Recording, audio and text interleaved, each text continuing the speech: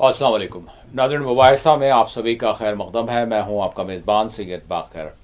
एक ऐसे मौके पर नाज़रीन, जबकि हम सारी दुनिया को इस जानिब मुतवज्जा कर रहे हैं और इस बात से वाकिफ़ करवा रहे हैं कि भारत वाक़अतन किस तरह का मुल्क है, किस तरह की इसकी जमहूरियत है, किस तरह का इसका जो है यानी कई एक शोबेजात में अगर हम देखें तो इसकी तरक्की है। यानी मामला अगरचे ऑपरेशन सिंदूर के बाद डेलीगेशंस का जाना और दुनिया को अपनी जानिब मुतवज्जा करना सिर्फ़ और सिर्फ यानी दहशतगर्दी ही के हवाले से कि भारत किस तरह से मुतासिर है, यही नहीं बताया जा रहा, बल्कि अगर हम देखें तो जो इंटरेक्शंस हो रहे हैं उसमें बहुत सारी चीज़ें भारत के हवाले से यानी रिप्रेजेंटेशन किया जा रहा है हमारे जो पार्लियामेंटेरियंस हैं उनकी जानिब से।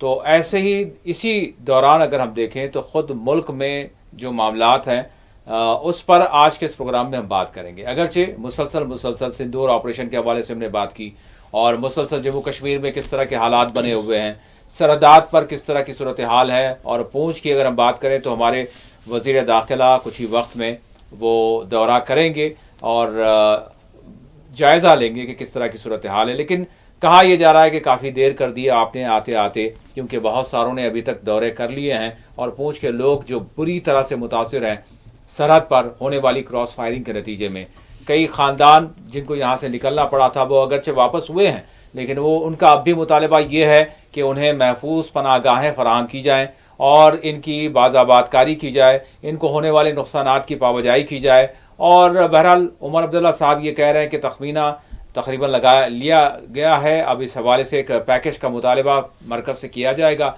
लेकिन मरकज़ की जानिब से अपने तौर पर क्या कुछ किया गया है। अब यहाँ की जो सूरत हाल है इसको देखते हुए ख़ुद यहाँ के जो लीडरान हैं वो ये कह रहे हैं कि जो जाने गई हैं उसका अगर आप चंद लाख रुपए जो है कुछ एक्स ग्रेशिया का ऐलान कर देते हैं या फिर आप उनको जारी कर देते हैं तो ये मुआवजा नहीं हो सकता, बल्कि मुस्तकिल इस मामले के हल की ज़रूरत है। तो बहरहाल सरहदात पर किस तरह की सिचुएशन है, हालात हैं, उस पर भी हमने बात की, आज भी ज़रूर इस हवाले से बात करेंगे। लेकिन आज के इस प्रोग्राम में हम रुख करेंगे उस खित्ते का जिसको फरामोश कर दिया गया, जिस पर कोई बात नहीं है, जिस पर सब यानी खामोशी जो है हमको नजर आती है। इसके हवाले से आज के इस प्रोग्राम का उन्वान भी हमने दिया है, हम आसाम का रुख करेंगे और प्रोग्राम का उन्वान हमने दिया है खामोश ऑपरेशन और खामोश मीडिया। न सिर्फ खामोश ऑपरेशन है, खामोश मीडिया है, बल्कि खामोश सियासत भी हमको नजर आ रही है।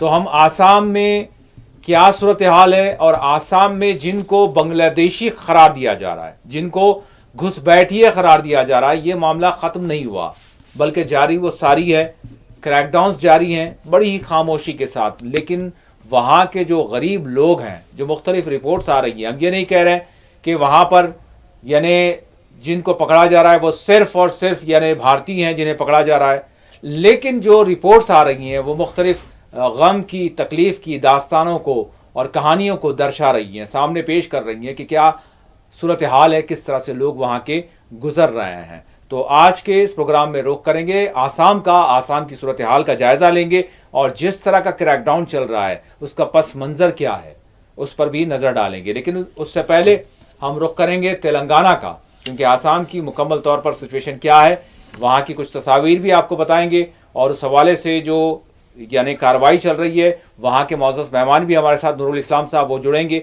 हम उनसे भी बात करेंगे। लेकिन उससे पहले हम रुख करेंगे तेलंगाना का और तेलंगाना में जिस तरह की सियासत चल रही है उसका भी जायज़ा लेंगे। मेरे साथ इस वक्त मौजूद हैं स्टूडियो में सीनियर सहाफ़ी सियासी तजियाकार एम ए माजिद साहब। मैं भाई साहब का इस्तकबाल करता हूँ। अस्सलाम वालेकुम भाई साहब। सबसे पहले मैं जानना चाहूँगा कि तेलंगाना में जो सियासत चल रही है, बल्कि वो पार्टी जिसने 2 मरतबा गालिबन जो है तेलंगाना में हुकूमत की, BRS की मैं बात कर रहा हूँ, TRS थी, BRS हुई, फिर शायद TRS भी होगी। तो बहरहाल अब इसमें क्या चल रहा है मज़ीद कि ख़ुद दुख्तर जो है नाराज़ हैं अलग से पार्टी बनाने का। अभी मैं पैनल से चाहूँगा कि यहाँ के आसाम के विजुअल्स ना बताएं, अभी जब हम आसाम की बात करेंगे तब बताइए। जी भाई साहब, तेलंगाना में ये जो चल रहा है BJP से जो इंकशाफात कविता ने किए हैं, इस हवाले से क्या देख रहे हैं आप? जी बहुत बहुत शुक्रिया। दरअसल देखिए, इक़्तिदार में तो मज़े सभी लेते हैं जी। इक़्तिदार जाने के बाद जो खींचतान जो होती है जी, चाहे वो सियासी रस्साकशी हो या सियासी विरासत हो या फिर दौलत के अंबार की तकसीम हो, ये तीन चीज़ें, तीन ज़ुमरों का मैंने जो है इसमें जो है मैं तज्जिया करता हूँ। दरअसल चंद्रशेखर राव एक जज्बाती मामले के ज़रिए और बहुत ही कम मेजॉरिटी से 2014 में सिर्फ तीन मेंबर्स की अक्सरियत थी उनको। 119 में 62 आए थे इनको जी। तो खैर वो हुकूमत बनी उनकी। उसके बाद उन्होंने 2018 में इलेक्शन, यानी कुछ महीने पहले इलेक्शन करवा लिए, बड़ी अक्सरियत आई, ठीक है, 70-72 कुछ आए। लेकिन 10 साल में ये पूरी तरीके से निज़ाम को भी पीछे कर चुके थे, पूरी एटोक्रेटिक, कोई जमहूरी यानी बात नहीं, बिल्कुल अपने फार्म हाउस, बस कम लोगों से कम मिलना, ठीक है, उनकी हुकूमत हो गई। लेकिन देखिए, उन्होंने जब इक़्तिदार में आए तो उन्होंने अपने बेटे को भी बुला लिया, जो अमेरिका में जो है पढ़ लिखे जो है काबिल बने थे, तो वो पैराशूट कर लिए वो जी। दूसरी तरफ उनकी जो दख्तर, वो तहरीक के साथ जुड़ी भी रही, ज़मीन से जुड़ी भी रही, ये फ़र्क है। फिर उनके एक करीबी रिश्तेदार, उनके भांजे कहते हैं लोग, हरीश राव, वो भी ज़मीन से जुड़े हुए रहे। तो अब ये देखिए, चंद्रशेखर राव के ख़ानदान के अंदर एक जो है विरासत का मामला सामने आ रहा है जी। जहाँ तक है, खैर वो पैसों का मामला भी है, आगे चल कर कहूँगा। तो ये सियासी विरासत कहाँ मुंतकिल होगी जी। तो ये चूँकि कविता ज़मीन से जुड़ी हुई खातून है और कई एक तहरीकात में रही हैं, ख़ासकर ख़वातीन की एक तंजीम जागृति के नाम से बनाई हूँ, जिससे वह ख़वातीन के साथ कनेक्ट होकर रह गई। ठीक है, अपने वालिद की अज़मत तो करते हैं, अपने वालिद को भगवान कहते हैं, लेकिन वो ऐसा भगवान है जिसके अतराफ़ शैतान है, ख़ुद उनके मुताबिक। मैं नहीं कह रहा हूँ, उन्होंने कहा कि मेरे वालिद मेरे लिए भगवान है, लेकिन वो शैतानों के घेरे में है। अब ये शैतान कौन है? अब देखिए, ये ख़ानदानी जो विरासत की जंग है, रस्साकशी है एक मानों में, अपने भाई के साथ है इनके, के.टी. रामाराव, जो अमेरिका चले गए, वहाँ जो है अमेरिका, लंदन अमेरिका, वहाँ उनके कुछ प्रोग्राम से। तो ये अब उन्होंने अपने भाई पे बिलवासा तनकीद की, क्योंकि इनके भाई आईटी के एक्सपर्ट हैं, ट्विटर वगैरह, बस ट्विटर के जवाब देते हैं। ज़मीनी हकीकत नीचे तक, जब वो इक़्तिदार में थे वो आसमान पे उड़ते थे, किसी से उनसे मुलाकात करना तो बड़ा मुश्किल होता था। फिर भी एक बार सीएम से मुलाकात हो सकती थी उस वक़्त के, वो भी मुश्किल होती थी, लेकिन इनसे मिलना तो बड़ा मुश्किल, क्योंकि कई कायदीन हम भी देखते हैं, और वहाँ उज़रा की कोई अहमियत नहीं थी उनके पास सिंगल। क्योंकि जिस दिन कांग्रेस सरकार आई जी, उस दिन हमने सेक्रेटेरिएट में देखा है, फिर सेक्रेटेरिएट के जो स्टाफ है उनसे ही पूछा है, भाई आपको बस अभी करूँगा नूर साहब जी, मैं ये फ़र्क क्या है इसमें? जी। बीआरएस की हुकूमत भी थी और ये भी है, तो साफ फ़र्क तो बहुत खुला फ़र्क है। वहाँ सिर्फ एक ही आदमी बात करता था, सब यस यस यस करते थे, कोई डिबेट नहीं होता था। यहाँ हर मिनिस्टर का एक दरबार है, इतनी आज़ादी रहती है यहाँ कि बिल्कुल, बल्कि कैबिनेट के अंदर क्या क्या हो रहा है वो अखबार में भी चले जाता है, वो इतनी ब्रीफ करते हैं, यानी इस किस्म से जो है, यानी जो नॉन ऑफिशियल समझिए। तो ये एक सिचुएशन बिल्कुल एक अलग अलग है बिल्कुल। तो अब देखिए, 13 महीने हो चुके हैं, 13 महीनों में कितनी बार असेंबली आए Chandrashekhar Rao, leader of opposition है, कितने कितने इश्यूज़ हैं, वो इश्यूज़ के ऊपर वो आवाम के साथ कहाँ खड़े रहे। वो उन्होंने अपने आप को, यानी फार्म हाउस जो उनका शहर के करीब एक इलाका है, वहाँ फार्म हाउस, वहाँ रहते हैं ज़्यादातर। तो ये जो कविता ने जो है कुछ दिन पहले ख़त लिखा, वो ख़त भी जो है बाहर आ गया, और उस ख़त में उन्होंने 2-3-4 बातें अहम की जी। एक बात तो ये है कि बीजेपी से क़ुर्बत। अब तो उन्होंने कहा कि बीजेपी में जम होने की बात हो रही थी, आज एक जो नया इंकशाफ किया उन्होंने, उस ख़त में लिखा था कि बीजेपी से क़ुर्बत हो रही थी। नंबर 2, उन्होंने अपने वालिद को पूछा कि मुसलमान वक्फ क़ानून के ख़िलाफ़ हैं जी, बड़ी तहरीक चला रहे हैं सारे मुल्क में, इसमें आपका क्या स्टैंड है? ये नहीं। दूसरा, सरकार कितने खिलाफ, यानी अवाम के खिलाफ जो है काम कर रही है, कितने वादे करिए, कितने वादे पूरे नहीं हो सके, इस पर क्यों बात नहीं करते हो? चौथी बात, यहाँ तेलंगाना में उर्दू बोलने वालों की काबिल लिहाज तादाद है। आप वरंगल में जलसा किए, बड़ा जलसा किए एक अरसे के बाद, उसमें आप उर्दू का नाम ही नहीं लिए, उर्दू के एक लफ्ज़ नहीं बताए, जबकि आपको बड़ा अच्छा उर्दू आती है, शेर शायरी भी आती है, आपको विद्वान हैं आप। तो ये जो मामला है, इससे ये होता है कि आप किस हद तक ज़ाफ़रानी पार्टी के चंगल में चले जा रहे हैं और कौन है इसके लिए, ये डेविल्स यानी शैतान लोग कौन है जो आपके अतराफ़ इर्द गिर्द फिर रहे हैं। तो ये एक चीज़ है। और हो सकता है कि आने वाले दिनों में, क्योंकि 2 जून को यानी तेलंगाना की यानी जो तश्कील हुई थी, यौम तासीस कहते हैं उसको, फॉर्मेशन डे, उसमें कुछ धमाका हो सकता है या नहीं हो सकता है, या लेकिन ये बात वाज़ेह है कि तेलंगाना की सियासत में अपोजिशन की हैसियत से BRS फिट नहीं हो पाई, क्योंकि जमहूरियत में एक ताकतवर अपोजिशन ज़रूरी है सरकार को रास्ता दिखाने के लिए। लेकिन ऐसा दिखता है कि उन्होंने बजाय उसके एक गैप पैदा कर दिया अपनी कमज़ोरी से, वो गैप शायद BJP फिल कर सकती है। जी नाज़रीन, हमारे साथ इस वक्त नूरुल इस्लाम साहब आसाम से जुड़ चुके हैं, सदर इत्तेहाद फ्रंट, वो हमारे साथ इस वक्त जुड़ चुके हैं। जिस तरह से मैंने आपसे इब्तिदा में जिक्र किया कि हम आसाम का रुख करेंगे और आसाम में जिस तरह से एक खामोश क्रैकडाउन चल रहा है, इस हवाले से हम उनसे भी बात करेंगे। लेकिन उससे पहले हम ज़रूर जो है थोड़ा सा जायज़ा लेंगे। मैं पैनल से भी चाहूँगा कि वो कुछ तस्वीर बताएं और फिर साथ ही साथ जो लोगों की आप बीती है वो किस तरह की है, वो क्या कह रहे हैं, उसको हम देखेंगे। मैं पैनल से चाहूँगा कि वो आसाम वाला थोड़ा सा विजुअल्स और बाइट्स वगैरह डालें, ताकि आपको बता दूं नाज़रीन कि 28 मई को सामने आने वाली citizen for justice and peace CJP की रिपोर्ट के मुताबिक हालिया दिनों आसाम पुलिस ने 300 अफराद को बगैर किसी नोटिस के गिरफ्तार कर लिया। 145 अफराद को रिपोर्ट के मुताबिक सरहद के करीब धकेल दिया गया। रिपोर्ट में मुतासरा ख़ानदानों के हवाले से कहा गया है कि जिन्हें बांग्लादेश की सरहद के करीब धकेल दिया गया, इनसे मुताल्लिक़ रिश्तेदारों को कोई यानी पता नहीं है कि वो कहाँ हैं। रिपोर्ट के मुताबिक आसाम में भारत और बांग्लादेश के दरमियान नो मैंस लैंड की तरफ लोगों को धकेला जा रहा है, जहां अक्सर बॉर्डर गार्ड बांग्लादेश यानी BGD और भारतीय BSF के दरमियान फायरिंग तबादला भी अमल में आ रहा है। इस दौरान निहत्ते अफराद जिंदगी और मौत की लड़ाई से जूझ रहे हैं। रिपोर्ट के मुताबिक जारिया माह 23, 24, 25 और 26 मई की रात बगैर किसी नोटिस के 300 मर्द, खवातीन, बच्चों को आसाम पुलिस की जानिब से पकड़ा गया और इन्हें गाड़ियों में भरकर मुंतकिल किया गया। कहाँ किया गया, कैसे किया गया, ये हम आगे देखेंगे। और इसके साथ साथ 145 अफराद ऐसे हैं जिनके बारे में कहा जा रहा है कि उनका कोई अता पता नहीं है कि वो कहाँ है। तो बहरहाल थोड़ा सा आप जो मुतासिरीन हैं, मैं चाहूँगा कि उनके हवाले से वो क्या कह रहे हैं, थोड़े से तस्वीर आपको बताते हैं, क्योंकि अल्फाज कम पड़ जाते हैं लेकिन तस्वीर बोल जाती हैं कि दर हकीकत किस तरह की सूरत हाल से यानी जो मुतासिरीन है वो जूझ रहे हैं। जी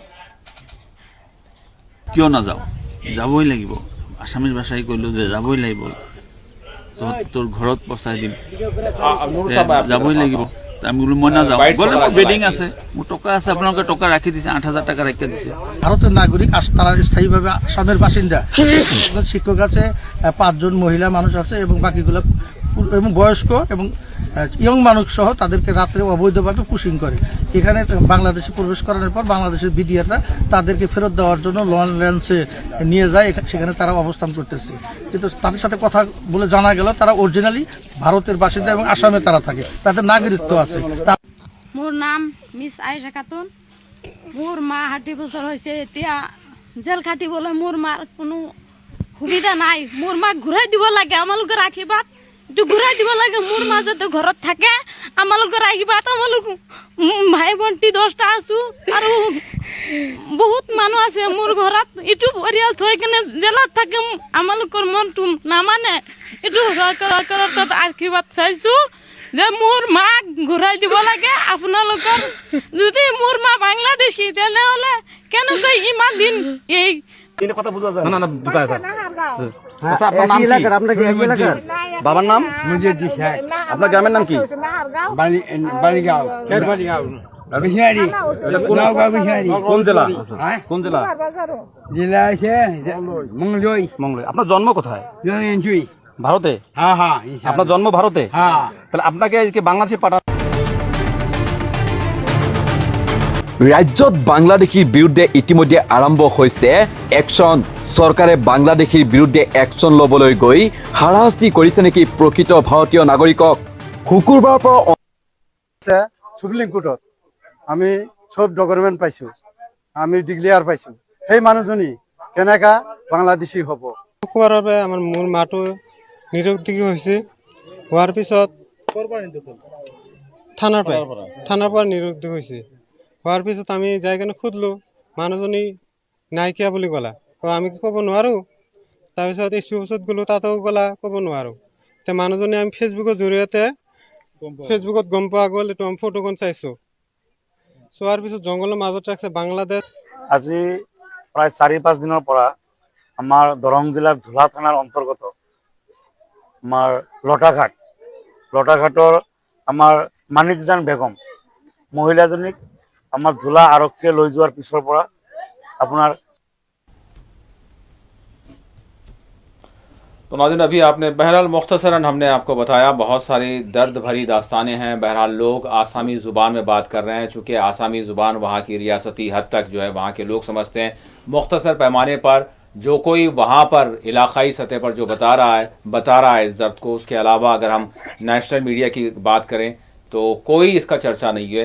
बहरहाल आसामी से मौजूद मेहमान हमारे साथ, जिस तरह से मैंने अर्ज़ किया, नूरुल इस्लाम साहब मौजूद हैं, सदर इत्तेहाद फ्रंट। नूर साहब, अस्सलाम वालेकुम।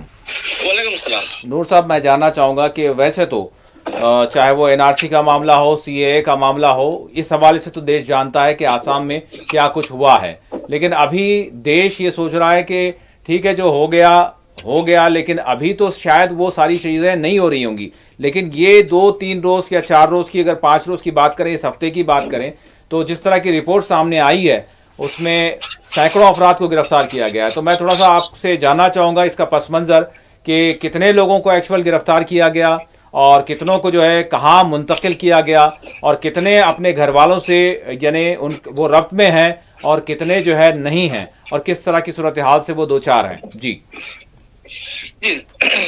हजरत, देखिए जी, 23 तारीख से असम में असम का वज़ीर आला जी असम का वज़ीर आला का ही डायरेक्शन में काम चलता है यहाँ में, क्योंकि इंडिया में माने कि 2-3-4 लोगों का बात ही इंडिया चलता है। जैसे कि अमित शाह हो, नरेंद्र मोदी हो, या हेमंत बिश्व शर्मा हो। तो आप देखिए, अचानक 23 तारीख को डी वोटर डिक्लेयर फॉरेनर के जो लोग हैं जी, जैसे कि इन लोगों को अचानक उठाने के काम कर रहा है। ठीक है, तो कई बात हुआ है यहाँ में, मोरीगांव में, धुबरी में, दरंग में, कई डिस्ट्रिक्ट में इस तरह का एक ऑपरेशन स्टार्ट किया है। ये जो ऑपरेशन है, कुछ लोग ऐसा है कि डिक्लेयर फॉरेनर है लेकिन सुप्रीम कोर्ट में, हाई कोर्ट में केस चल रहा है। कुछ लोगों का मानिए कि ये थोड़ा वक्त आपको देना पड़ेगा हजरत, क्योंकि ये बारीकी से समझना पड़ेगा देश के जनता को, क्योंकि फिलहाल जो हुआ है, देश के जो मेन स्ट्रीम मीडिया है, अदानी का जो मीडिया है, ये तो दिखा नहीं रहा है। क्योंकि आपसे जो मैंने बात किया, महाराष्ट्र में बात किया, दिल्ली, तेलंगाना, कई स्टेट में मैंने बात किया, उनको पता ही नहीं है, क्योंकि ये जो मसला है वो नेशनल लेवल तक गया ही नहीं, क्योंकि ये इन ह्यूमन एक्टिविटीज है। तो उसके बावजूद ये जो इतना बड़ा माहौल पैदा हुआ है असम में, ये मुद्दा नेशनल लेवल पे गया ही नहीं है। ये बड़ी सोचने वाली बात है जी। दूसरी बात है, ये लोग जो उठा रहा है, ये लोग क्या फॉरेनर है? अगर फॉरेनर है, किस बेसिस पे है? तो अगर फॉरेनर है तो वो किस देश का है? बांग्लादेश का है, पाकिस्तान का है, श्रीलंका का है, किसी भी देश का है। अगर उन देशों से क्या बातचीत हुआ? जो politically ministry of external affairs का जो काम है, वो क्यों स्टेट गवर्नमेंट ने कर रहा है? ये सवाल है। दूसरी बात है, अचानक लोगों को गिरफ्तार किया, फिर कुछ बात ऐसा बाकी हुआ कि मानिए कि शुक्रवार को अरेस्ट किया, शनिवार को छोड़ दिया, फिर संडे को पकड़ा रात को। पकड़ने के बाद एसपी ऑफिस में दूसरे दिन सुबह उनका घर वाला गया, बोलता है ऐसा आदमी है ही नहीं यहाँ में। फिर 2 दिन बाद पता चलता है यह कि नो मेंस लैंड पे छुड़ा हुआ है आदमी। भाई ये कैसे बात होता है? अगर वो फॉरेनर है तुम किस बेसिस पे कहते हो जो फॉरेनर है? अगर फॉरेनर है, कुछ लोगों का एक मास्टर है, देखिएगा खैरुल इस्लाम नाम का, जी हाँ, जो टीचर हैं, जो रिटायर्ड टीचर है। और दूसरी एक फोटो आपको भेजा है, देखिए वो आदमी किस तरह से बैठा है, ऐसे कि अनपढ़ होगा कि वो माने को जो कहते हैं ना, तुम ही हमें को कत्ल करके हमें को कत्ल ठहराते हो और फिर जश्न बनाते हो, ये हालात है जी। तो वो जो आदमी है वो ना खुद को क्या है भाई, वो ऐसा आदमी है कि वो लोग समझने वाला नहीं है, उनको लेके वहां पे छोड़ दिया गया है। 9 महीने एक बच्चा को जी गोदी में है एक औरत, उनको छोड़ दिया गया है। 60 साल का उम्र का एक औरत, मेरा ही एरिया का है, मर्द है, वो बूढ़ा आदमी है, उनको शुक्रवार को पकड़ा, शनिवार को छोड़ दिया, फिर रविवार को पकड़ा, उसको पकड़ के वहां छोड़ दिया बॉर्डर में।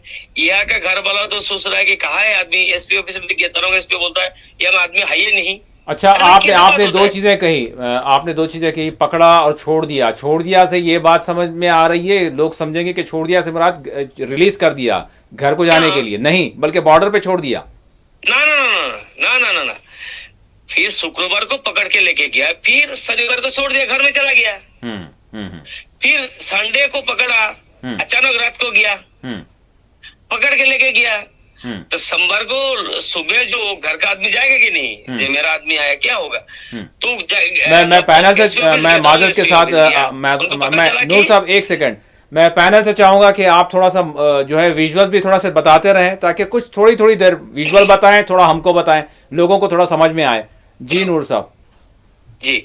तो फिर सुबह जब गया घर में एसपी ऑफिस में, क्या बोलता है कि ये हमें आदमी है ही नहीं। तो गया कहाँ? अच्छा, एक टीचर के साथ ऐसा हो सकता है। इससे पहले भी सनाउल्लाह जो आर्मी ऑफिसर था, उनको भी डिटेन किया था, डिटेंशन कैंप पे भेज दिया था। आर्मी ऑफिसर आजमल अली को भी भेज दिया था। तो 30 साल 40 साल नौकरी एक इंडियन फोर्स में नौकरी करने के बाद जो फिर वो आजमल भी एसआई था बॉर्डर पुलिस का, उसके बाद सनाउल्लाह भी था, उसके बावजूद उनको डिटेन किया, डिटेंशन कैंप पे भेज दिया गया था। ये इंडिया का ये रूल्स किस तरह का हो सकता है? How can possible? तो ये जो सवाल है, ये लोगों को जो भेजा गया है, इन लोगों का प्रॉपर डॉक्यूमेंट्स है। मैं आज का दावे में भी कहना चाहता हूँ कि असम में एक भी सिंगल मुस्लिम आपको नहीं मिलेगा जिनके पास, जैसे कि कट ऑफ डेट कितना है, 71 है। मैं और बारीकी से और एक बात समझाना चाहता हूँ कि जो सिटीजनशिप एक्ट 1955 सेक्शन 1 से लेकर 6 तक, सेक्शन 3 में कहा गया है कि बाय बर्थ इंडियन है जी। जो इंडिया में पैदा हुआ वो इंडियन है। लेकिन असम में जब असम एकॉर्ड हुआ उसके बाद असम में वो सेक्शन यहाँ में एडमिसिबल नहीं है। यहाँ में सेक्शन 6A के तहत जी जिनके पास 71 का, जैसे कि मैं हूँ, मेरा पिताजी है, मेरा दादा जैसे दादा है, परदादा है, किसी का भी 71 या 66 51 का उनसे लिंकेज मिलाना पड़ता है, उसके बाद मैं सिटीजन हूँ। तो मैं दावे के साथ कहना चाहता हूँ, ठुक के कहना चाहता हूँ कि एक भी आदमी शख्स को इंडिया में, असम में नहीं मिलेगा जो वो मुसलमानों को पास 71 66 51 का अगर डॉक्यूमेंट्स नहीं मिलेगा, ठीक है, तो उनको भेजिए। ऐसा आदमी नहीं मिला, क्योंकि एनआरसी में मैं खुद जी धुबड़ी, बरपेटा, गोलपारा से लेकर मरीगांव, नौगांव, दरंग, मैं हर डिस्ट्रिक्ट में गया जी, क्योंकि मैं खुद अवेयरनेस किया। मुझे पता है किसके पास क्या है, तो मुझे पता है, तो सरकार को क्या इतना नहीं है जी।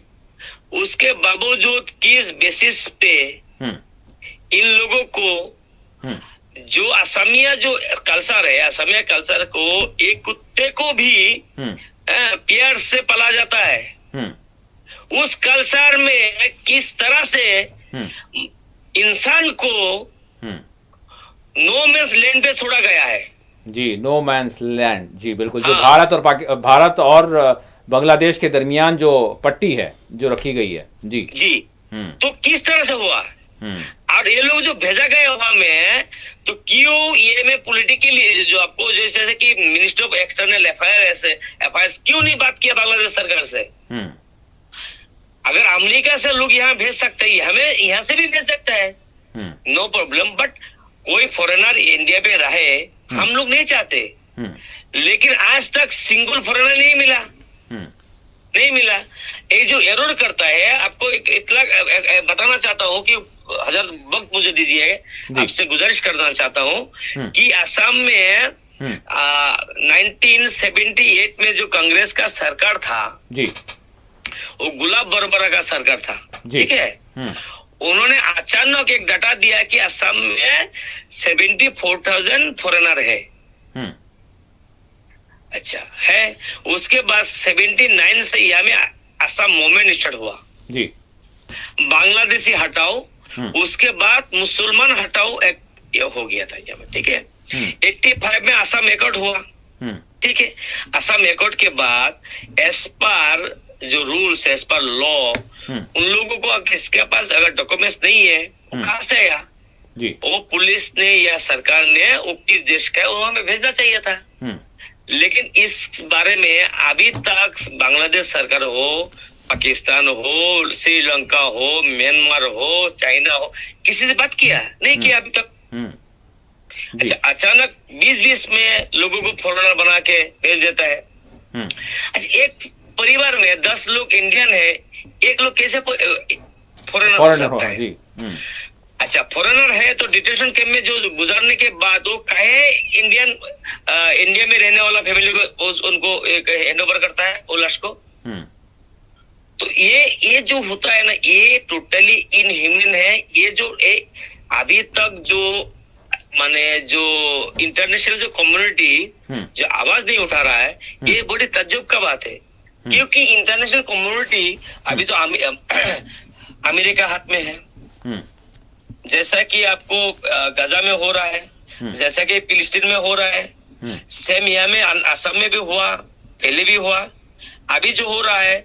9 महीना एक बच्चा गोद में लेके एक माँ नो मीन्स लैंड पे पड़ा हुआ है। ये इंसानियत के नाते मानिए कि वो ना बांग्लादेशी है ना इंडियन है, थोड़ी देर के लिए, फिर भी वो इंसान है। किस तरह से आप इस तरह से भेज सकते हैं वो उसको? तो ये जो हालात है, ठीक है। मैं नूर साहब ब्रेक के बाद जरूर आपसे जानना चाहूंगा कि वो किस तरह की सूरत हाल से दो चार है, जो नो मैंस लैंड जो जिसको डिक्लेयर किया गया है, वहां पर अगर किसी को भी छोड़ दिया जाता है तो फिर उनकी क्या हालत होती है, उनका कौन देखने वाला होता है, कौन जो क्या उनका सहारा होता है, क्या आसरा होता है, क्या उनका खाना होता है, किस तरह से उनका रहना होता है, क्या सूरत हाल होती है। नाज़रीन, जिस तरह से नूर साहब ने कहा, ना बांग्लादेशी देखें ना हिंदुस्तानी देखें, कि इंसान के एतबार, इंसान होने के नाते अगर हम देखें तो किस सिचुएशन से, किन हालात से वो गुजर रहे हैं, हम उस पर बात करेंगे। एक छोटा सा ब्रेक लेते हैं, ब्रेक के बाद दोबारा हाजिर होंगे।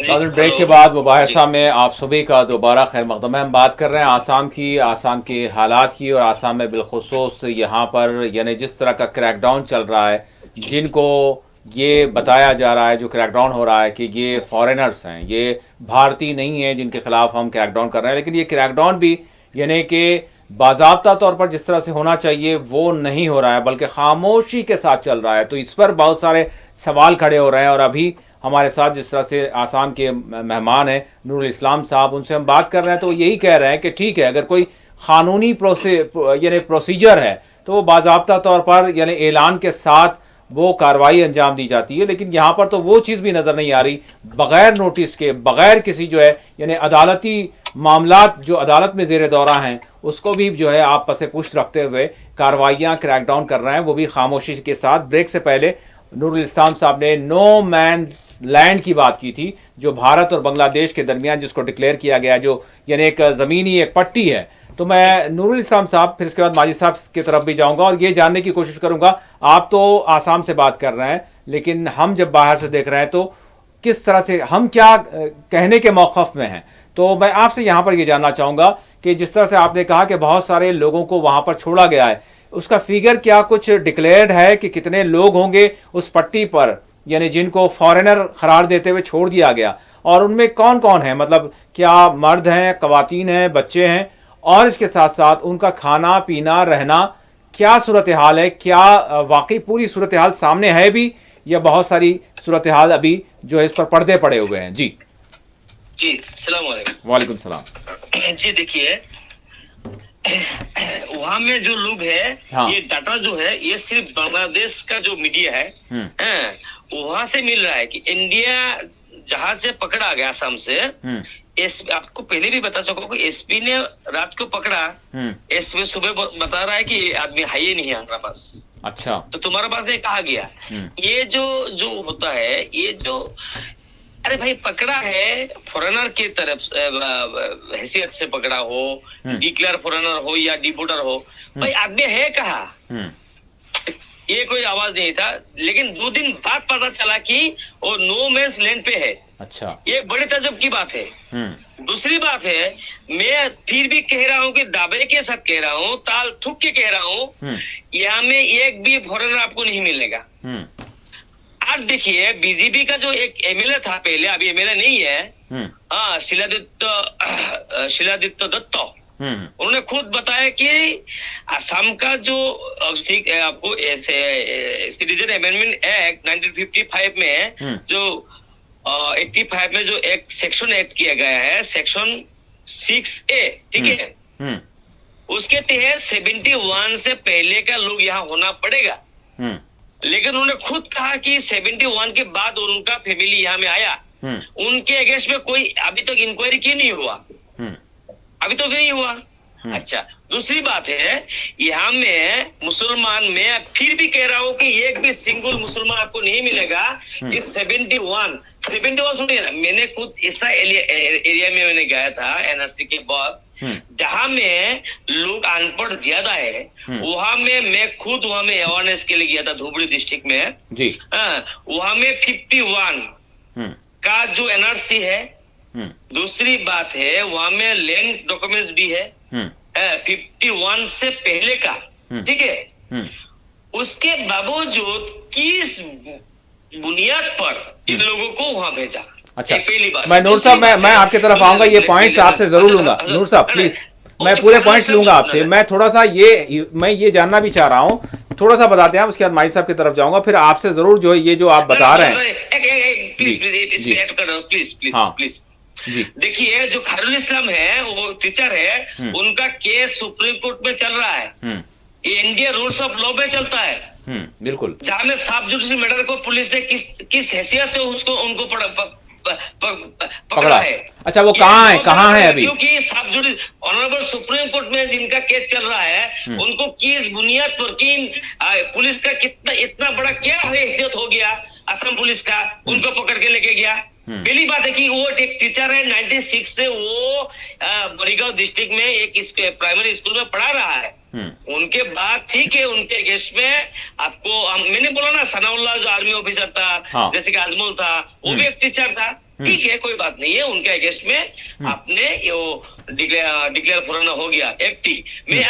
हजरत जी, हेलो जी आप बोले। मैं फिर से गुजारिश करता हूँ, मैं 2 मिनट फिर वक्त दीजिए। असम में तरुण गोगोई रेजिम में जो डिटेंशन कैंप को यहाँ में डिटेंशन कैंप इस्टेब्लिश किया गया था, उसके पहले यहाँ में जो illegal migrant detachment tribunal act, ठीक है, IMDD एक्ट, जो इन एक्ट को अब्दुल मोहिम मुजुमदार नाम का एडवोकेट था को असम का, उन्होंने किया, इंदिरा गांधी सरकार ने उनको अप्रूव किया था, बाकायदा प्रेसिडेंट ऑफ इंडिया ने उनको स्वीकार किया था, ठीक है जी। वो एक्ट को जो एक्ट के खिलाफ असम का इससे पहले जो सीएम था सर्बानंद सोनोवाल, उन्होंने जो सिलेंस किया था, ठीक है, 2001 में तरुण गोगोई सरकार यहाँ जो बना था, उसके बाद यहाँ में बाकायदा एफिडेविट दिया था कि ये एक्ट हमें नहीं चाहिए। उसके बाद से यहाँ का असम का मुसलमानों का ये हालत है। देखिएगा, ये क्या है, कांग्रेस सरकार का हालत है उन्होंने। दूसरी बात है, ये जो एक आदमी है जो के सब जुडिशियल है, ऑनरेबल सुप्रीम कोर्ट में चल रहा है, उनको किस हैसियत से रूल्स ऑफ लॉ पे चलने वाला देश में क्यों पुलिस ने पकड़ा? क्या पुलिस क्या आईपीएस ऑफिसर क्या आईएएस ऑफिसर क्या या आपको एपीएस ऑफिसर क्या सीएम क्या बात में चलता है?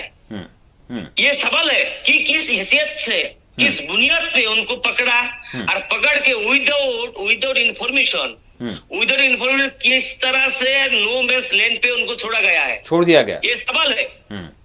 यानी वो जो यानी जो टीचर की बात कर रहे हैं आप, ये इतलात हैं, मैं आपसे जानना चाहूंगा कि उनको नो मैंस लैंड पर छोड़ दिया गया। जी, जिनका मामला जो है सुप्रीम कोर्ट के जेरे दौरा है जी, उनका केस ऑनरेबल सुप्रीम कोर्ट में अभी भी चल रहा है। अच्छा, क्या ये जो टीचर है सिर्फ ये एक ही हो सकते हैं या फिर और भी बहुत सारे ऐसे केसेस हैं? लोगों को वहां में नो मैंस लैंड पे छोड़ा गया है। अच्छा, मैं ये भी आपसे थोड़ा सा लोग जान ले, नूर साहब, थोड़ा सा लोग जान ले कि जो नो मैंस लैंड पर हैं उनकी क्या सूरत हाल होगी, किस तरह की सुबह और शाम होगी उनकी, मैं जानना चाहूंगा। हजरत आपको फोटो भेजा गया है, आप देखिएगा। नो मैंस लैंड्स मीन्स ना इंडिया ना बांग्लादेश है, बीच में एक जो खेती बाड़ी है वहां में देखिए मतलब ना छत है जी, ना छत है ना घर है जी। हाँ, 9 मंथ का एक बेबी आपको, ये तो डिटेंशन कैंप है, गोदी में है, वो बच्चा को क्या खिलाएगा, वो औरत क्या खाएगा? अगर जिस इनह्यूमन है तो है। दूसरी बात है, मेरा क्वेश्चन है कि अगर वो बांग्लादेशी है, कहाँ का है, इस सरकार ने बताना चाहिए था। अच्छा, दूसरी बात है, इनको पकड़ा तो डिटेंशन कैंप पे भेजना चाहिए था। अचानक क्यों नो मैंस लैंड पे भेजा गया है? ठीक है, किनका ऑर्डर था? ठीक है, सीएम ने किया, सीएम क्या है? ठीक है, हम आपके जज्बात को, आपके दर्द को, आपकी तकलीफ को हम समझते हैं। नूर इस्लाम साहब, मैं आपकी तरफ आऊंगा और भरपूर आपसे जो है इस हवाले से जानना चाहूंगा। मजीद भी सवालात हैं मेरे, मैं माजिद साहब से जानना चाहूंगा। माजिद साहब, हम बाहर से देख रहे हैं सूरत हाल को, क्या वजह है? मतलब हमारी मीडिया तो जो है छोटी छोटी बात पर जो है सारी चीज़ें सामने आ जाती है और बहुत सारे मामलात जो है जिस पर बहस होती है, और सियासी जो लीडरान हैं उनकी भी बात करूँगा, जो बरसर इख्तिदार हैं उनको तो छोड़ दीजिए, जो अपोजिशन है वो भी जो है इस मामले में खामोश है। देखिए जी, आसाम के बारे में हम गुवाहाटी प्रेस क्लब में हमारे दोस्त हैं, उनसे भी मैं अपडेट लेता हूँ जी। देखिए, जो केसेस अभी नूर साहब भी बता रहे थे कि कोई भी फॉरेनर्स नहीं निकलेगा मुसलमानों के अंदर, लेकिन सैकड़ों की तादाद में निकाला गया। ये कहते हो, जैसा अभी उन्होंने कहा कि फैमिली के 10 मेंबर्स तो इंडियन हैं और एक को क्या, तो मुझे ये अरशद मदनी जो जमीयतुल उलमा के हैं वो कुछ केसेस जो है जो गुवाहाटी प्रेस का क्लब में भी प्रेस कॉन्फ्रेंस।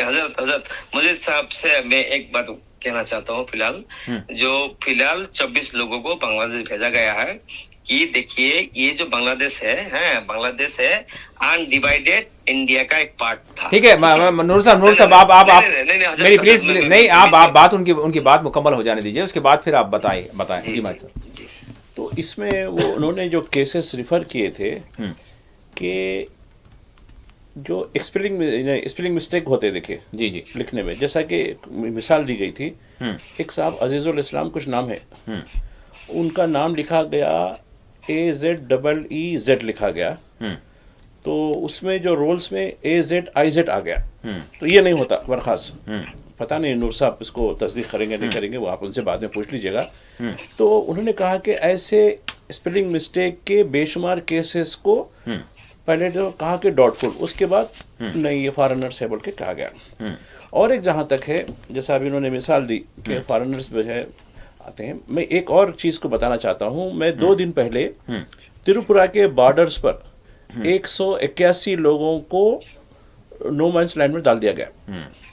यहाँ से हमारी जो बॉर्डर सिक्योरिटी फोर्स है ने धक्का दे दिया, असम राइफल्स ये सब मिलकर धक्का दे दिया, और उस तरफ बांग्लादेश की जो बॉर्डर की जो फोर्सेस है वो उनको अंदर अलाउ नहीं कर रही, क्योंकि वहाँ उनका कोई जानने वाला ही नहीं है। लेकिन जहाँ जो फॉरेनर्स का जो तबादला होता है, सुप्रीम कोर्ट में भी ये बात आई है। उन्होंने कहा कि भाई सुप्रीम कोर्ट पूछ रही थी कि भाई जब तुम उनको फॉरेनर्स करार देते हैं, उनका पता वगैरह क्यों नहीं है आपके पास, वो कौन से डिस्ट्रिक्ट से हैं बांग्लादेश में, कौन से मुकाम से हैं, उनका पूरा नाम क्या है। तो लोग तो 60-70 साल से तो यही रह रहे हैं। जी हाँ। अब बांग्लादेश से उनका क्या कनेक्शन है? पार्टीशन से पहले ठीक है कनेक्शन था, पार्टीशन के बाद क्या हो गया जी, फिर 71 का एक संग में लाया सामने, जो 71 जो कट ऑफ जो है डेट आई थी। जी हाँ। तो ये चीज़ें, दूसरी मैं बताना चाहता हूँ कि यकीनन उन्होंने आसाम की बात जरूर की है, आसाम के बॉर्डर जो बांग्लादेश से लगा हुआ है उसकी बात की। आप त्रिपुरा की बात कीजिएगा, त्रिपुरा में 3 दिन से बराबर लोगों को ढकेला जा रहा है, बेशुमार लोगों को ढकेला जा रहा है। और एक बात बताऊं, जहां जहां डबल इंजन सरकार है, अब आप देखिए, आपको मैं एक छोटा सा रेफरेंस देता हूं। एक हफ्ता पहले की बात है जो खबर आई थी, यानी 22 अप्रैल को तो ये हुआ था, वाक़या हुआ था दहशतगर्दी का पहलगाम का। 24 अप्रैल को अहमदाबाद, सूरत, राजकोट से बड़ी खबरें आई थी, हज़ारों की तादाद में बांग्लादेशियों को जो अवैध यानी इलीगल है उनको निकाला गया। सिर्फ अहमदाबाद के कैंप में 1500 लोगों को निकाला गया, ये कहते हुए कि बांग्लादेशी हैं। उसमें 1488 के पास डॉक्यूमेंट है, कोई झारखंड के हैं, कोई वेस्ट बंगाल के हैं, कोई मुख्तलिफ इलाकों के इंडिया यानी मुख्तलिफ स्टेट्स के हैं। तो ये उसके बाद क्या किया गया, एक हफ्ता पहले की बात है, 8000 मकानात को ढा दिया गया। तो ये डबल इंजन जो है, डबल इंजन मुसलमानों को कुचलने के लिए, आसाम की बात तो है, आसाम में जिस किस्म से स्पेलिंग मिस्टेक के नाम पर, और ये जो स्पेलिंग मिस्टेक के जो लोग हैं वो भी कोर्ट में गए हैं कि भाई देखिए हमारे सर्टिफिकेट में ये है और इसमें जो है ये गलती हुई है, हमारी गलती नहीं है, ये आपके एडमिनिस्ट्रेशन की गलती है या कहीं ना कहीं गलती हुई है। एक स्पेलिंग मिस्टेक के नाम पर, एक मिसाल जैसा मैंने दी है, ऐसे कई स्पेलिंग मिस्टेक है, उनकी बुनियाद पर हमको गैर मुल्की करार कैसे देते हो, जबकि हम वोट इस्तेमाल कर रहे हैं, हमारे पास वोटर ID है, हमारे पास आधार है, हम सब चीज रखते हैं, और मेरे पूरा खानदान यही है, मेरे वहाँ कोई नहीं है, बांग्लादेश में मैं जानता भी नहीं, वहाँ पैदा भी नहीं हुआ मैं। तो ये पूरे का पूरा जो है ये मनसूबाबंद तरीके से, और आप बताना चाहता हूँ हमारे जो बाहर जो दहशतगर्दी पड़ोस से हो रही है उसके बारे में तो 7 टीमें गई हैं। मैं उन 7 टीमों में से कम अपोजिशन के जो लोग हैं उनसे ये कहना चाहता हूँ, ठीक है, आने के बाद इंटरनल टेररिज्म के बारे में बात कीजिएगा, आसाम को ले जाइए, उनको बताइए। और नोमन लैंड्स का जहाँ तक है, आप देखिए नोमन लैंड के बारे में, आप वहाँ कोई चीज़ अवेलेबल नहीं रहेंगी, एक तरफ उधर की फौज रहती, इधर एक फौज रहती, इधर वो धक्का देता, ये धक्का देता, वहां कुछ मिलने वाला नहीं है, बल्कि वहां जंगली जानवर रहते हैं, आपको नुकसान पहुंचा सकते हैं, वहां कोई पीने का पानी नहीं रहेगा, खाली एक जंगल रहेगा खाली। तो ये सिचुएशन में लोगों को छोड़ दिया गया है, ये मैं समझता हूँ कि ह्यूमन राइट्स का संगीन वायोलेशन है। मैं आसाम के लोग, नूर साहब से भी कहूँगा, आप दिल्ली में यूनाइटेड नेशन का जो दफ्तर है, उस दफ्तर के सामने आसाम के जो भी लोग हैं कम से कम जाकर, या जो वहाँ के आपके जो सांसद हैं, जो भी चाहे वो गौरव गगोई हो या वो भी हो, उनके ऊपर भी आजकल इल्ज़ाम लगा रहे हैं ना पाकिस्तानी कहकर, अब जो आसाम में कांग्रेस का जो अब चीफ बना हुआ है, तो उन तक जाकर बताइए कि ये क्या ह्यूमन राइट्स वायलेशन हो रहा, दुनिया को बताइए, दुनिया के एम्बेसीज को बताइए जहाँ जहाँ हमारे लोग गए हैं दहशतगर्दी के बारे में, ये इंटरनल टेररिज्म के बारे में क्या कहेंगे। हमको जहाँ एक्सटर्नल टेररिज्म के बारे में बात करनी है, इंटरनल टेररिज्म के बारे में भी बात करने का पूरा हमको जवाब है। ठीक है, बहरहाल हम यहाँ पर अगर बात करें तो ख़ुद हमारे भी सांसद हैं जो अपोजिशन हैं, ठीक है, हम माजिद साहब की अपनी राय है उन्होंने दी है, लेकिन साथ ही साथ यहाँ पर सवाल हमारा अपोजिशन से भी है, सवाल हमारा ख़ुद जो है उस अदालत उज़्मा से भी है, क्योंकि अदालत से भी यानी रुजू किया जा सकता है कि ये सिचुएशन है कि एक टीचर जिसका मामला जो है अदालत के ज़ेरे दौरा है, फिर उसी को जो है फिर यानी गिरफ्तार किया जाता है, ले जाया जाता है, बल्कि उसका पता नहीं चलता, बल्कि उसको जिस तरह से मुबैना तौर पर आपने अभी कहा कि उसको नो मैंस लैंड पर जो है ले आकर छोड़ दिया जाता है, तो और भी ऐसे मामलात हैं। तो इस हवाले से यकीनन जो है सरकार को भी देखने की ज़रूरत है, और फिर जो अपोजिशन खामोश इस वक्त है, आसामियों का खुद यानी ये जो मुतासरीन हैं, ये जो सवाल कर रहे हैं, उनको भी जो इस जानिब तवज्जो देने की ज़रूरत है। जी, मैं नूर साहब आपसे जानना चाहूँगा, यकीनन हम आपके दर्द को शायद हम अंदाज़ा नहीं कर सकते, क्योंकि आप जो देख रहे हैं, जो वहाँ के लोगों की सूरत हाल है, जिस सिचुएशन से वो गुजर रहे हैं, हम उसका यानी इदराक भी नहीं कर सकते। यकीनन आप ही बता सकते हैं कि किन हालात से वहाँ के लोग गुजर रहे हैं। लेकिन साथ ही साथ मैं आपसे ये भी जानना चाहूँगा कि क्या पॉलिटिकल कोई सपोर्ट नहीं मिल रहा है किसी भी तरफ से, और ह्यूमन राइट्स की जो बात करने वाले वो भी मतलब कहाँ हैं, जानना चाहूँगा आपसे। जी हजरत, देखिए मजीद साहब ने बताया कि गौरव गोगोई यहाँ का सीट बना हुआ है।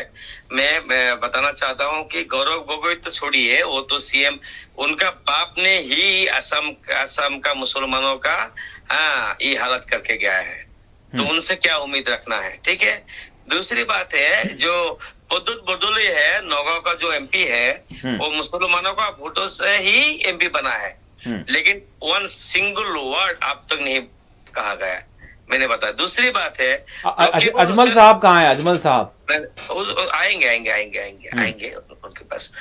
अजमल साहब नहीं बोला, लेकिन AIUDF ने गवर्नर से बाकायदा मुलाकात किया, उनको ज्ञापन पत्र सौंपा है, बस हो गया, बस हो गया। दूसरी बात है, रकीबुल हुसैन को 10 लाख वोटों से मुसलमानों ने उनको जिताया था, लेकिन वन सिंगल वर्ड अब तक नहीं बोला, छोड़िए।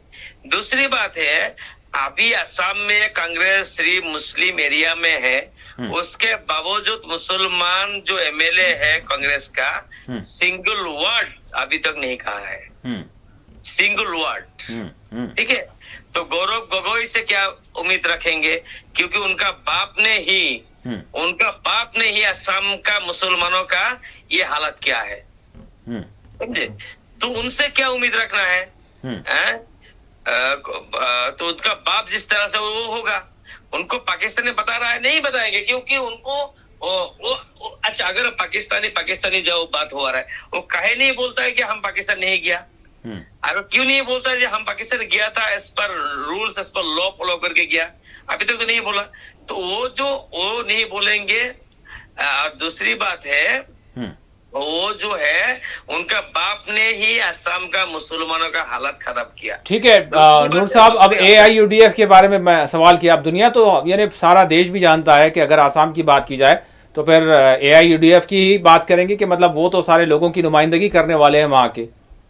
AIUDF का जो अभी जो सदर है बदरुद्दीन अजमल, अभी इस मुद्दे में बात नहीं किया, क्योंकि शायद उनको धुबरी का लोगों ने हराया था, इसीलिए बात नहीं किया होगा। लेकिन उनका जो MLA है, अभी उन्होंने गवर्नर से मिला, उनको बाकायदा ज्ञापन पत्र दिया, रिक्वेस्ट किया, लेकिन जिस हद तक उन लोगों का काम करना चाहिए था, क्योंकि AIUDF यानी मुसलमान के सिवा किसी का वोट का कोई ना मिलेगा, कभी ना मिला है, ना कभी मिल सकता है।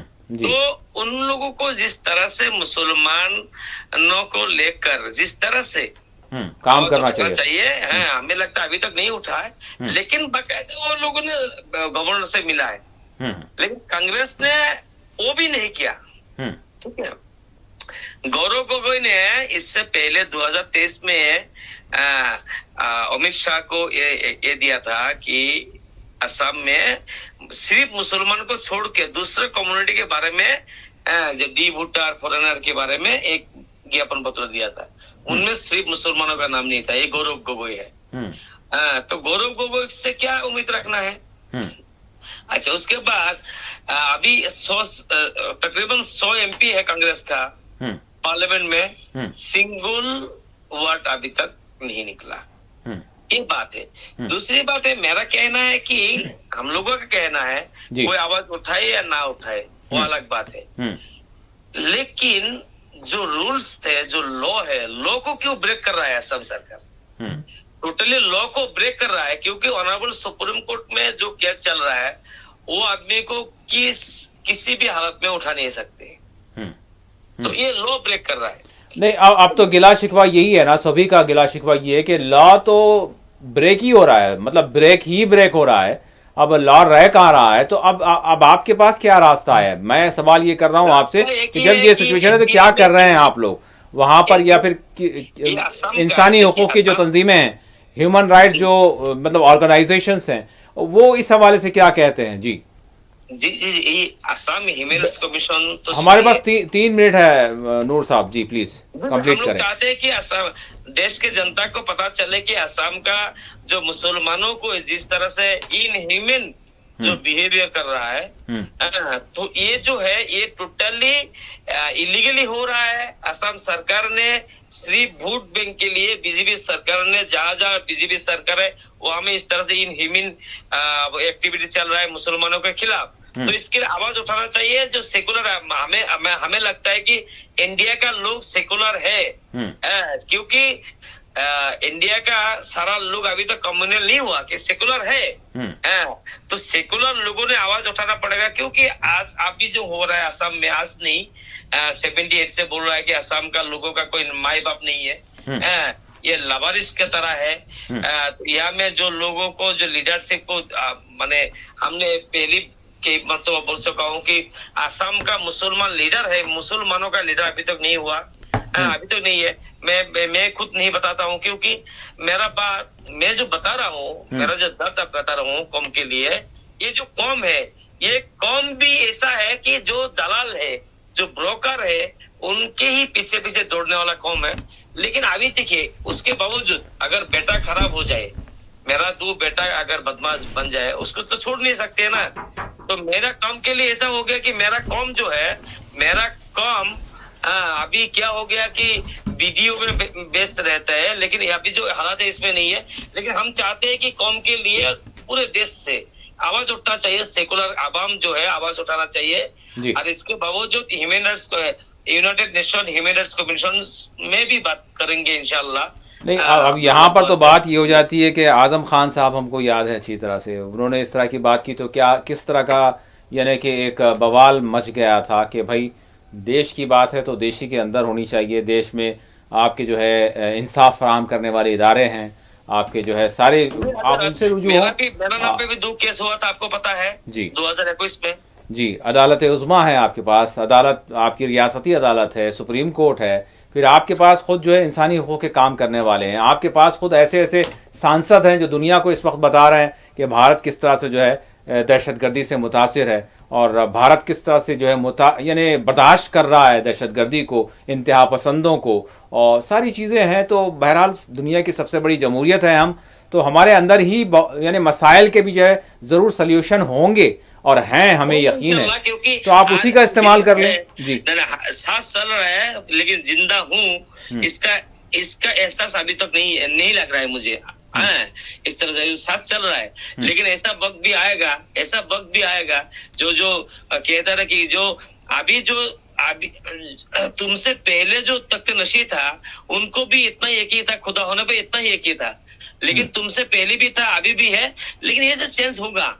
लेकिन ये जो कौम है, अल्लाह हदीस में कहा कि जो कौम खुद जिंदा नहीं होता है ना, उनको जिंदा कोई नहीं करता है। जो कौम अपने आप को समझता नहीं है, उसको कौन समझाएगा। बिल्कुल, हम बिल्कुल जो असम का जो मुसलमान, बिल्कुल माजिद साहब से इस हवाले से 1 मिनट हम ले लेंगे क्योंकि बिल्कुल वक्त हो गया है। माजिद साहब, जिस तरह से यानी नूरुल इस्लाम साहब की मादरी ज़ुबान आसामी है, लेकिन वो जो अल्फाज जितने भी उनके पास हिंदी के, उर्दू के जो भी अल्फाज हैं, वो हालांकि कम है बज़ाहिर, लेकिन उनका दर्द और उनके जज्बात इस बात का जो है हमारे दिलों पर, जो भी हम इंसान हैं अगर, तो वो असर कर रहे हैं और ये समझा ज़रूर रहे हैं कि दरहक़त क्या चल रहा है, किस सिचुएशन से वो गुजर रहे हैं। माजिद साहब, तो मैं आपसे 1 मिनट में चाहूँगा, जिस तरह की सिचुएशन है, जिस तरह के हालात है, क्या कर सकते हैं आसाम के लोगों के लिए, बाहर के लोग? देखिए, हिंदुस्तान में दस्तूर की हुक्मरानी एक बहुत बड़ा सवाल हो गया है जी, और यही वजह है कि इस वक्त all India Muslim personal law board जो वफ़ की बचाव की मुहिम चला रहा है, उसके साथ वो दस्तूर बचाने की भी मुहिम चला रहा है। क्योंकि दस्तूर रहेगा तो कानून रहेगा, कानून रहे तो कानूनी इदारे रहेंगे। तो इस वक्त पूरी तरीके से हिंदुस्तान तेज़ी के साथ एक बनाना रिपब्लिक बनता जा रहा है, जहाँ भाई साहब शायद तल्ख अल्फाज होंगे अगर आप बोलेंगे, ये आपका ख्याल होगा, लेकिन बहरहाल कितना क्या कुछ चल रहा है, अगर आप एक एक लफ्ज़ को जो है तोला मोला जा रहा है। भाई साहब, नहीं, तोल लीजिए बराबर, मैं उसके लिए तैयार हूँ जवाबदेही के लिए, मैं अपने तौर पर जवाबदेही करूँगा जी। आपको कुछ आँच आने नहीं, मैं जनरल बात कर रहा हूँ। नहीं, आपको नहीं, मैं आप ही से मतलब ये भी बात रख रहा हूँ कि किस तरह की सिचुएशन से गुजर रहा है। देखिए, जब पानी सर से ऊंचा हो जाता है, बहुत कुछ हो गया, बहुत बर्दाश्त किया हमने, 77-78 साल बहुत बर्दाश्त कर लिया। अब हमको ऐसी तहरीक की ज़रूरत है जिस तरीके से हमारी पहली नस्लों ने अंग्रेज़ों के ख़िलाफ़ शुरू की थी इस मुल्क को बचाने के लिए, और मुझे यकीन है इस मुल्क को बचाने के लिए हम ही आगे आएंगे। ये लोग कुछ करने वाले नहीं हैं, ये लोग तो बड़े संस्कारी हैं। ठीक है, शाहराओं के ऊपर भी औरतों का साथ बलात्कार करते हैं, औरतों के साथ बदतमीज़ी करते हैं। देखिए कैसी कैसी बातें हैं। अब देखिए, गुलबर्गे की एक साहिबा के ख़िलाफ़ जो है, कलेक्टर साहिबा के ख़िलाफ़ कर्नल सूफिया के खिलाफ कर रहा है, तो ये तो संस्कारी है ना, हम इनको संस्कार सिखाएंगे, जरूर सिखाएंगे, वक्त आएगा हमारा भी।